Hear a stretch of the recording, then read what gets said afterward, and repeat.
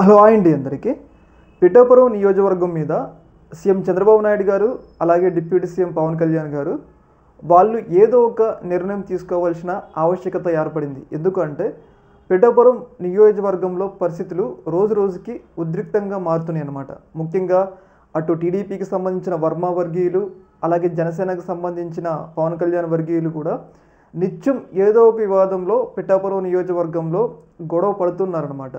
ఇలా గొడవ పడితే పిఠాపురం నియోజకవర్గంలో పార్టీ డ్యామేజ్ అవుతుంది. అటు వాళ్ళకే కాకుండా పోతుంది, ఇటు వీళ్ళకే కాకుండా పోతుంది. అయితే ఇలాంటి పరిస్థితుల్లో చంద్రబాబు నాయుడు గారు కానీ అలాగే పవన్ కళ్యాణ్ గారు కానీ కూర్చొని ఏదో ఒక నిర్ణయం తీసుకోవాల్సిన అవసరం ఎంతైనా ఉంది. ఎందుకంటే రీసెంట్గా జరిగిన పరిణామం, రీసెంట్గా ఎమ్మెల్సీ అయిన తర్వాత నియోజకవర్గంలో బాధ్యతలన్నీ కూడా అంటే పవన్ కళ్యాణ్ గారు చేయాల్సిన బాధ్యతలన్నీ కూడా ఆయన అన్న కొత్తగా ఎమ్మెల్సీగా ప్రమాణ స్వీకారం చేసిన నాగబాబు గారికి అప్పగించడమే జరిగింది. అయితే నాగబాబు గారు రీసెంట్గా పిఠాపురం నియోజకవర్గంలో ఒక అన్న క్యాంటీన్ని ప్రారంభిస్తున్న సందర్భంగా స్థానికంగా ఉన్న టీడీపీ ఇన్ఛార్జ్ వర్మ గారికి ఆహ్వానం అందలేదన్నమాట.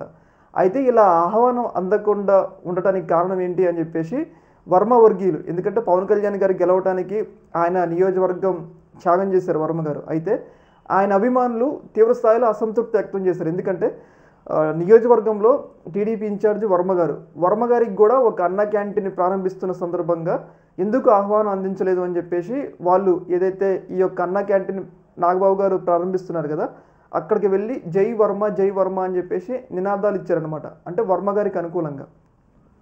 అయితే అక్కడున్న టీడీపీకి కార్యకర్తలు వర్మ గారికి అనుకూలంగా నినాదాలు ఇస్తే అటు జనసేన కార్యకర్తలు పవన్ కళ్యాణ్కి అనుకూలంగా నినాదాలు ఇచ్చారు. అంటే అక్కడ పరిస్థితులు ఒక కూటమిలో ఉన్న నేతలే రెండు వర్గాలుగా విడిపోయారు. అటు జనసేనగా విడిపోయింది, టీడీపీగా విడిపోయింది. ఇది అనేది పార్టీకి నియోజకవర్గంలో ఉన్న ప్రజలకి ఒక రకమైన రాంగ్ సైన్ వెళ్తుంది.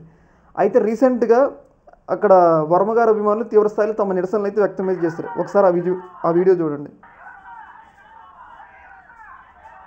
చూశారు కదా, అక్కడ జై వర్మ అని వాళ్ళు నినాదాలు ఇస్తున్నారు.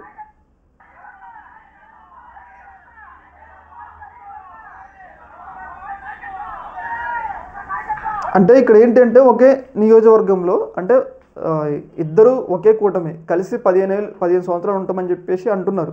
అలాంటప్పుడు వర్మ గారికి చంద్రబాబు నాయుడు గారు ఏదో ఒక రకంగా న్యాయం చేయాలి. ఎందుకంటే పాపం ఆయన సీటు త్యాగం చేస్తారు, ఆయనకి మంత్రి పదవి కూడా ఇస్తా అన్నారు.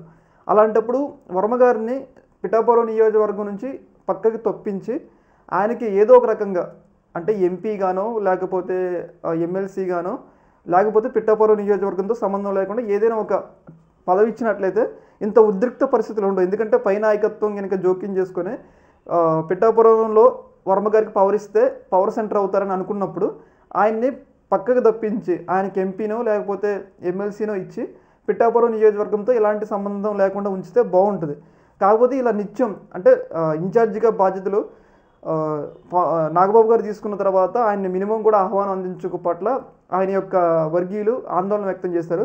అలా ఇద్దరు జనసేన పార్టీ టీడీపీ పార్టీ వాళ్ళు తీవ్రస్థాయిలో గొడవలు ఆడుకున్నారు. దీనివల్ల ఏంటి అంటే అక్కడ ఉద్రిక్త పరిస్థితులు వెళ్తున్నాయి అన్నమాట. డెవలప్మెంట్ కన్నా గొడవలు ముఖ్యమైనవి అక్కడ. అయితే ఇలాంటి పరిస్థితుల్ని చక్కదిద్దాల్సిన బాధ్యత ఎవరి మీద ఉందంటే చంద్రబాబు నాయుడు గారు, ఆబ్వియస్లీ పవన్ కళ్యాణ్ గారు. వాళ్ళిద్దరూ కూడా ఈ గొడవలన్నింటినీ కూడా సద్దుమణిగేలా చేయాలి అని చెప్పేసి మనం కూడా కోరుకుందాం. అలాగే వర్మ గారికి న్యాయం చేయాలి. ఈ యొక్క ఇష్యూలు కూడా మీ యొక్క అభిప్రాయాన్ని కింద కామెంట్లు తెలియజేయండి. ఓకే మరి, థ్యాంక్ యూ.